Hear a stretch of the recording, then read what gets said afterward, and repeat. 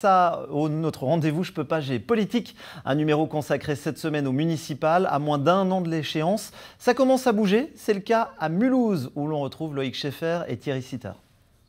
Vive l'Alsace! Je suis en aucun cas un représentant du Bundestag. Le Parlement européen, c'est notre maison. Moi, je vais aller au débat, c'est scandaleux. Voter avec le cœur. C'est un grand jour pour l'Alsace. Partageons une camomille. C'est un grand classique. Et jetzt geht's los. Est-ce que vous le sentez, l'air du printemps? Et dans un an, printemps rimera avec élections municipales, des élections qui, avec la présidentielle, enregistrent historiquement le plus fort taux de participation. En Alsace, on compte 880 maires. La plupart d'entre eux se demandent encore s'ils vont repartir pour un tour, mais dans les grandes villes de notre région, comme ici, à Mulhouse, la campagne a déjà commencé, et même bien commencé. Être ou ne pas être? Non. C'est pas ça la question. La question c'est qui pour se hisser sur le trône de Michèle Lutz, la première femme maire de la ville en poste depuis 2017, temporise sur une nouvelle candidature, mais ses adversaires ne manquent pas. À commencer par les anciens de son propre camp. Rappelez-vous, en septembre dernier, 5 adjoints étaient démis de leurs fonctions, vite rejoints par 3 conseillers municipaux. Ils ont fondé leur propre groupe Mulhouse, au cœur pour une politique plus sociale, et leur tête de liste s'appelle Cécile Sornin. Ça promet quelques embouteillages au centre avec la présence de Lara Million. Déjà tête de liste en 2020, elle a récemment été désignée pilote pour mener la campagne du parti présidentiel Renaissance. Lara Million et peut-être Frédéric Marquet, l'ancien manager du commerce de Mulhouse, se sent pousser des ailes. Il s'est brouillé avec Michèle Lutz. Alors, sera-t-il tête de liste? Rejoindra-t-il une alliance? On verra bien. Et puis à gauche, il faudra sans doute compter sur Loïc Minéry, arrivé deuxième des élections en 2020. Il représente aujourd'hui l'opposant numéro 1 et mène la coalition de gauche Mulhouse Cause Commune. Mulhouse Cause Commune, mais ce sera sûrement sans LFI. Cette fois-ci, la France insoumise, boostée par ses bons résultats lors des dernières européennes et présidentielles, a quitté l'Alliance fin mars et pourrait bien présenter son propre candidat. N'oublions pas non plus le Rassemblement national qui s'était hissé au deuxième tour en 2020 avec Christelle Ritz. Cela avait donné lieu à une quadrangulaire. Les 4 candidats s'étaient maintenus au deuxième tour. Ce n'était plus arrivé à Mulhouse depuis 1989. Ça nous rajeunit pas tout ça. Alors quand sera-t-il dans une ville restée pendant des décennies l'apanage du PS avant de pencher progressivement vers la droite? Moi je vous le dis, le petit manège des uns et des autres, on n'en loupera pas une miette. Et parmi les protagonistes, on parlait de Loïc Minéry, élu Europe Écologie Les Verts. Eh bien c'est notre invité aujourd'hui. Loïc Minéry, bonjour. Bonjour. Première question, cash, vous serez tête de liste en 2026? C'est une possibilité. Vous n'avez pas encore 40 ans aujourd'hui, est-ce que vous n'êtes pas trop jeune pour devenir maire d'une aussi grande ville? Il y a besoin de sang neuf, il y a besoin de renouvellement. Et voilà, on n'a pas besoin forcément d'avoir un âge proche de la retraite pour exercer des responsabilités dans des villes de plus de 100 000 habitants. Qu'est-ce que vous dites aux Barinois qui ont une mauvaise opinion de Mulhouse? Venez, descendez et venez visiter la capitale du monde, c'est-à-dire Mulhouse, le Marseille de l'Alsace. Voilà, il y fait meilleur, le soleil brille plus longtemps. Pourquoi le Marseille de l'Alsace? Parce que c'est une ville qui est très mélangée, puis le côté méridional de l'Alsace en même temps. Alors tout va bien à Mulhouse? Presque. Presque. Qu'est-ce qui va pas?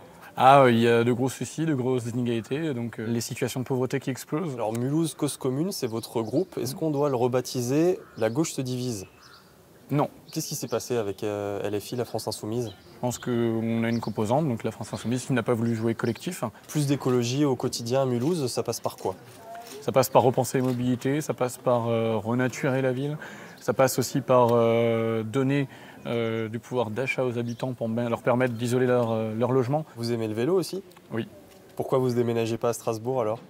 Parce que je veux faire de Mulhouse le Strasbourg de demain. Vous êtes prof d'histoire? C'est Oui. toujours le cas?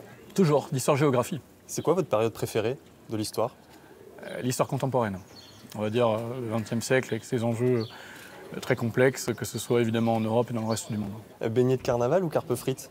Carpe frites. Vraiment parce que le marché de Noël et les carpes frites qui nous viennent du Sungo, un délice. Michèle Lutz, pour l'instant, a refusé notre invitation. Rassurez-nous, C'est dommage. On vous fait pas peur. Non, absolument pas. Merci beaucoup à Loïc Mineri. J'en profite pour renouveler notre invitation à Michèle Lutz. On l'accueillera avec plaisir si elle en a envie. En attendant, on passe aux infos qu'il ne fallait pas manquer. À Strasbourg aussi, les grandes manœuvres ont démarré pour les municipales.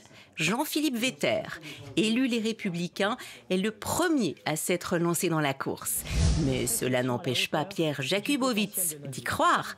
C'est le nom, en tout cas, de son mouvement. Le presque candidat du parti Horizon a lancé 25 délégués à l'assaut des quartiers cette semaine. Objectif, faire remonter les problèmes. Et constituer un programme ? On devrait bientôt le savoir. On sait en revanche déjà pour Thibault Vinci. Voilà une tête de liste qu'on n'avait pas vu venir. Il a été investi cette semaine par le parti radical de gauche. Côté Jeanne Barzéguian et Catherine Trottmann, on ménage le suspense. Mais la maire actuelle et l'expérimenté socialiste le savent, en politique, rien ne sert de courir. Et après 2026, il y aura 2027.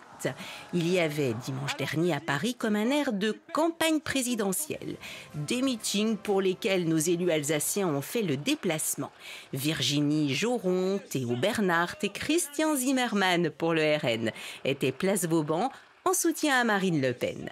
Quant à Brigitte Klinkert, elle était aux premières loges pour assister au discours du jeune et très ambitieux député Renaissance, Gabriel Attal.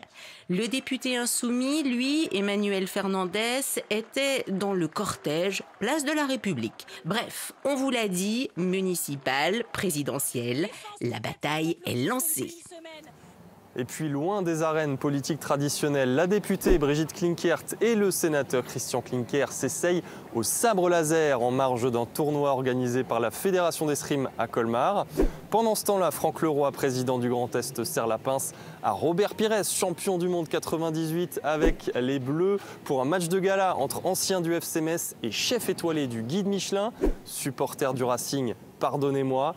Et puis la palme revient au caméléon Eric Stroman, maire de Colmar, en tenue de fermier aubergiste la semaine dernière pour le festival de la Vosgienne, et puis déguisé ces derniers jours en Michel Polnareff pour annoncer le retour de l'artiste à la foire au vin de Colmar cet été. On dirait presque le vrai. Allez, je peux pas, j'ai politique, c'est terminé. À très bientôt.